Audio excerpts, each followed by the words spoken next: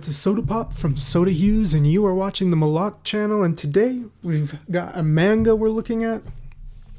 So how I found this one and decided to get this one is a little weird. I've been ordering some of the books off of Thrift Books. I had originally thought that you could stack the free $5 that you get, but no, it doesn't work that way. You have to literally choose one item that's under $5 for it to work. You can't stack the $5 credits. So I was going through books and media under $5, and I found this little gem, Dark Side Blues. It's a manga. It is pretty used, little beat up, but it was fun. It's very strange. It's strange in a wonderful way, though. Because, I kind of want to call it cyberpunk. But it's also got some of these weird sort of gothic, kind of Edgar Allan Poe loving vibes. The thing definitely screams late 80s, the style of the story. And you get some of that in a lot of early 90s things. And I guess this was first published in, I think it was 1993. Yeah, you got the super kid. You got a torture scene. And then this Edgar Allan Poe loving looking guy comes out of a different dimensional mirror where he's been charging up. And there's kind of this rich family that lives in this Elysium kind of city in space, in the sky thing. And we're also kind of introduced to a couple of hoodlum gangster characters. Yeah, there's the city up in space. A lot of the art inside is nice. The drawing is understandable. Action is distinguishable. Some of the design is great. There's some of that cool cyberpunk and tech stuff, but there's also a lot of bizarre fantasy and other things that are interesting. This guy, I think he wears a full-on black face mask all around because he's allergic to the sun now or something. And other things, there's watches that shoot missiles, but then there's also stuff that kind of seems like magic.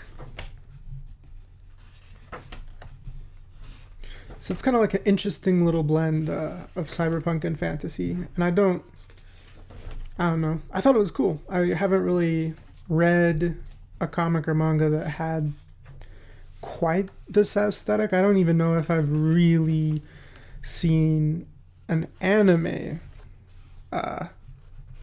with this aesthetic. But I guess this manga was adapted into an anime.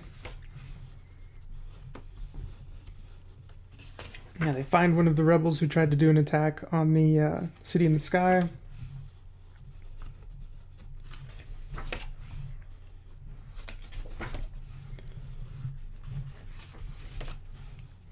But their attack didn't do so much. And that's one thing that I'm not 100% sure of.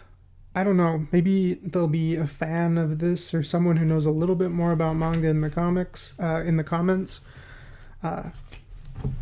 If that is you, maybe help me out in the comments. I looked it up, and it looks like the 2 volumes were published. And I think this is only one. I saw that there's also been an edition where they bundled the 2 volumes together.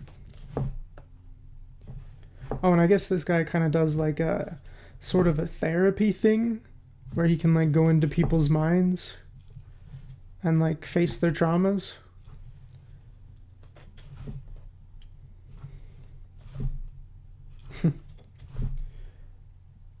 These people have camouflage clothing, and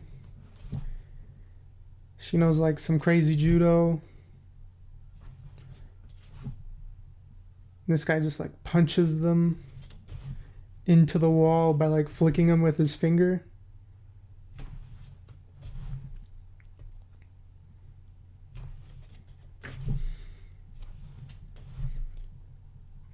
And yeah, then there's this weird moment where they kind of tease like a boss fight, and you're like, ooh, they're gonna face off, but then it just kind of fizzles out. It doesn't happen. I was like, oh, that's it? All right. And there's like a lot of like kind of boss characters or lead characters that I'm like, oh, I wonder where this is gonna go. This whole manga kind of feels like an introduction and a tease in a lot of ways. So if you know if there's a second volume out there, like maybe if you can, let me know how to find it, how to get it. If it's not available, maybe I'll have to like read a bootleg translation online or something. Or who knows, maybe this is it. Oh, and this is one of the things that was like super 80s vibes.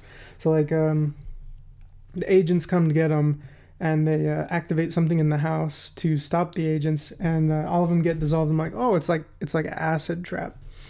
But then the house starts smiling and like literally chewing on people and stuff. And I think it might even talk at one point. I guess they're like, oh, like they use like an appetizer thing, which I guess made they're like, it can even make inanimate objects hungry. And I was like, yeah, I can totally see that happening in like an 80s kind of weird sci-fi action movie.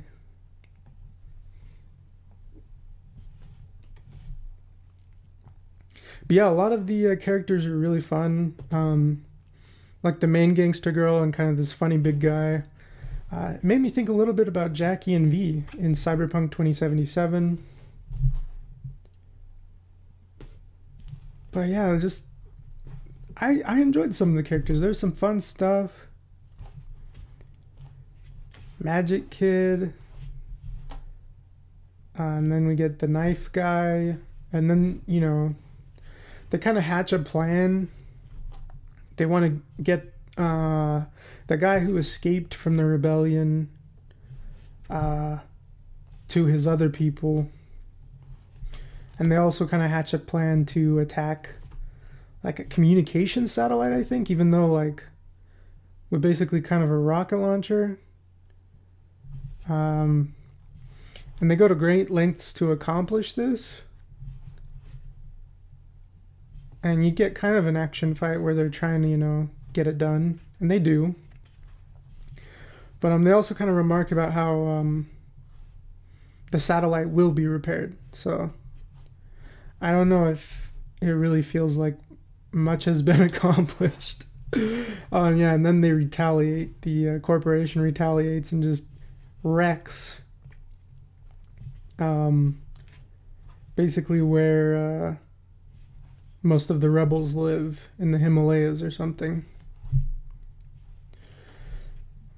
But some other rebels come and they're like, oh, we're going to do like an extraction. So they go to that, but then spoilers now, big spoilers.